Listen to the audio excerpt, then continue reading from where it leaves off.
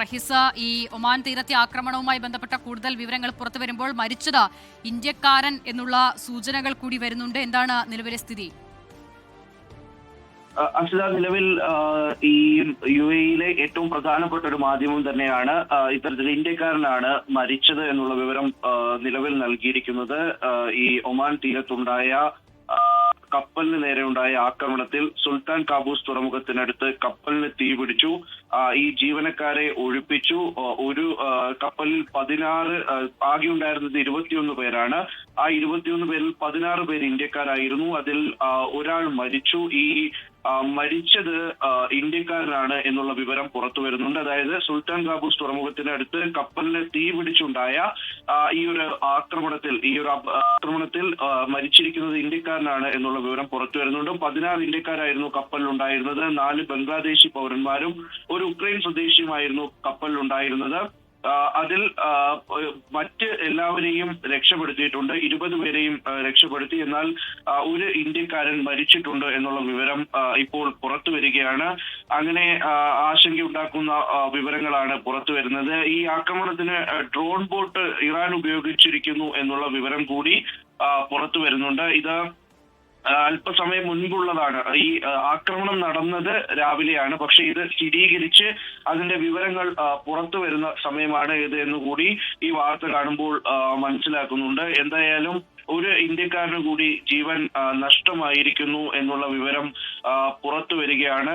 അത് ഈ drone boat തന്നെയാണ് ആക്രമണത്തിന് ഉപയോഗിച്ചിരിക്കുന്നത് എന്നുള്ളതും സ്ഥിരീകരിക്കാൻ കഴിഞ്ഞിരിക്കുന്നു. ഏതാണ്ട് 60,000-ഓളം മെട്രിക് ടൺ കാർഗോയുമായി വന്ന ബോട്ടായിരുന്നു.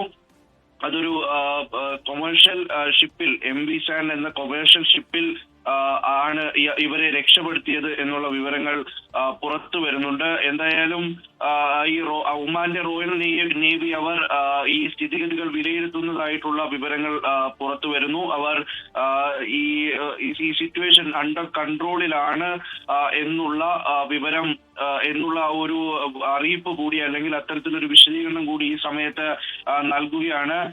എന്തായാലും ഈ സുരക്ഷിതരായിരിക്കണം എന്ന മാരിടൈം അതോറിറ്റീസ് ഓരോന്നും ആവർത്തിച്ച് അറിയിക്കുകയാണ്.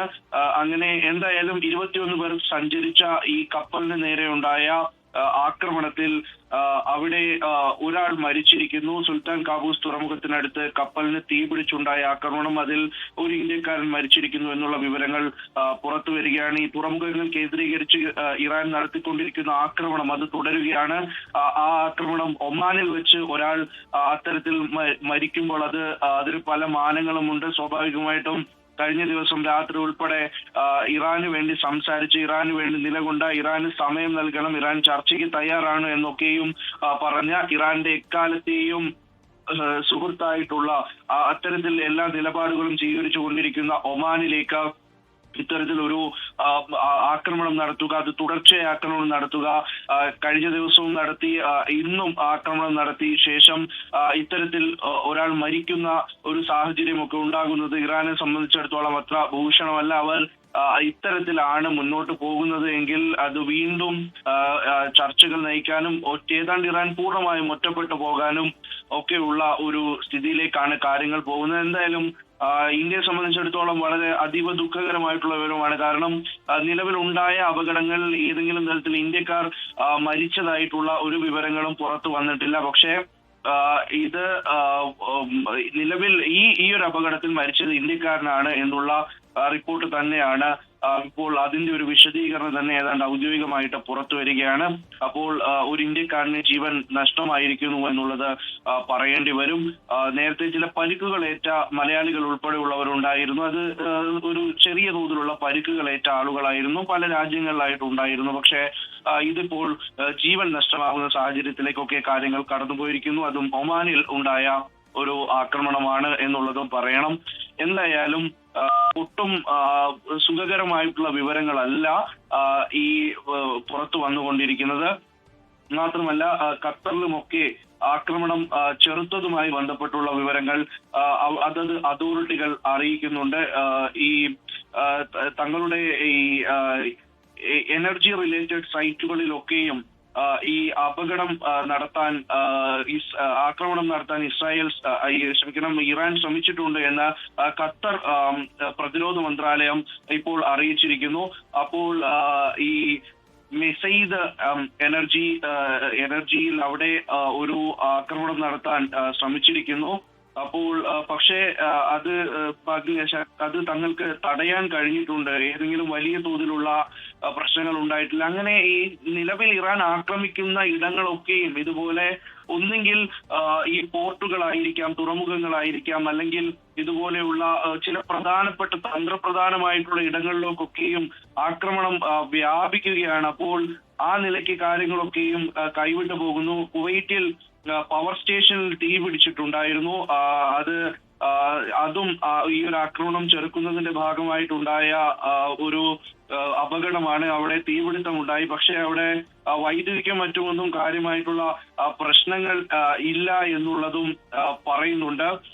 ഇപ്പോൾ എന്തായാലും Doha west power and water സ്റ്റേഷനിലാണ് ഇത്തരത്തിൽ ഒരു തീപിടുത്തം ഉണ്ടായത്. പക്ഷെ അത് കാര്യമായി തന്നെ പ്രതിരോധിക്കാൻ കഴിഞ്ഞിട്ടുണ്ട് എന്ന Kuwait electricity, water and renewable energy മന്ത്രാലയം അറിയിക്കുന്നുണ്ട്. അപ്പോൾ നിലവിൽ രാവിലെ ഇത്തരത്തിലുണ്ടായ ഈ തുടർച്ചയായിട്ടുണ്ടായ ആക്രമണങ്ങളുടെ അപകട വിവരങ്ങൾ എന്തൊക്കെയാണ്, അവിടെ ഏതൊക്കെ തരത്തിലാണ് നാശനഷ്ടങ്ങൾ ഉണ്ടായത് എന്നുള്ള വിവരങ്ങളാണ് പുറത്തു വന്നുകൊണ്ടിരിക്കുന്നത്. അത് അത്ര ശുഭകരമായിട്ടുള്ള വിവരങ്ങളല്ല. റാസൽ ഖൈമയിലെ വിവരമാണ് ഈ UAE-യിൽ നിന്നും പുറത്തു വരുന്നത്. റാസൽ ഖൈമയിൽ അൽ ഹറാമ വില്ലേജിൽ ഇത്തരത്തിൽ ഈ ആക്രമണം ചെറുക്കുന്നതുമായി ബന്ധപ്പെട്ട അപകടം ഉണ്ടായിട്ടുണ്ട്. അത് കൃത്യമായി തടയിടാൻ കഴിഞ്ഞിട്ടുണ്ട് എന്ന് റാസൽ ഖൈമ സർക്കാർ അറിയിക്കുകയാണ്.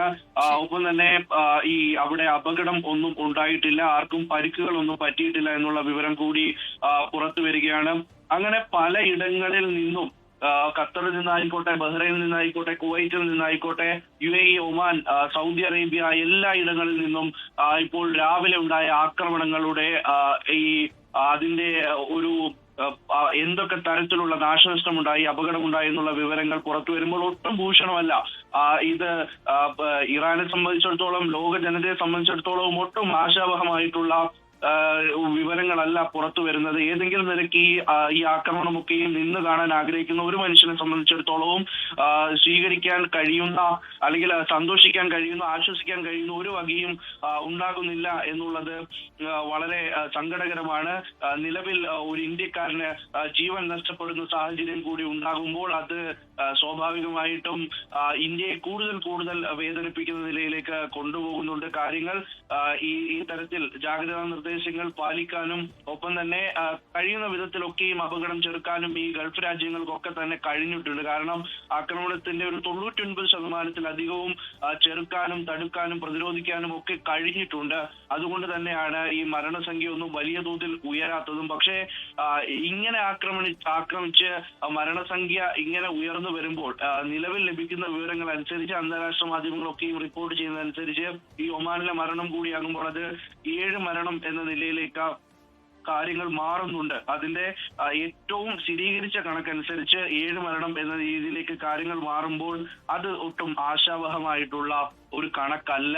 തീർച്ചയായും റഹീസ്, എന്തായാലും ആശങ്കാജനകമായ വാർത്തകൾ മാത്രം ഈ മണിക്കൂറിലും വന്നുകൊണ്ടിരിക്കുന്നു എന്നുള്ളതാണ്. അതിൽ ഏറ്റവും ഒടുവിലായി ഒമാനിൽ നിന്നുമാണ് അത്തരം ഒരു വാർത്ത റിപ്പോർട്ട് ചെയ്യുന്നത്. ഒമാൻ തീരത്ത് എണ്ണ ടാങ്കറിന് നേരെയുണ്ടായ ആക്രമണത്തിൽ ഒരു ഇന്ത്യക്കാരൻ മരിച്ചിരിക്കുന്നു എന്നുള്ള വിവരമാണ് വരുന്നത്. അതോടൊപ്പം തന്നെ ഖത്തറിലേക്കും വീണ്ടും ഇറാന്റെ ആക്രമണം ഉണ്ടായി എന്നുള്ളത് ഖത്തറും അറിയിക്കുന്നുണ്ട്. പക്ഷേ ആക്രമണത്തെ ചെറുക്കാൻ സാധിച്ചു എന്നുള്ളതാണ് ഖത്തർ ഇപ്പോൾ ഔദ്യോഗികമായി തന്നെ ആ വിഷയത്തിൽ പ്രതികരിക്കുന്നത്.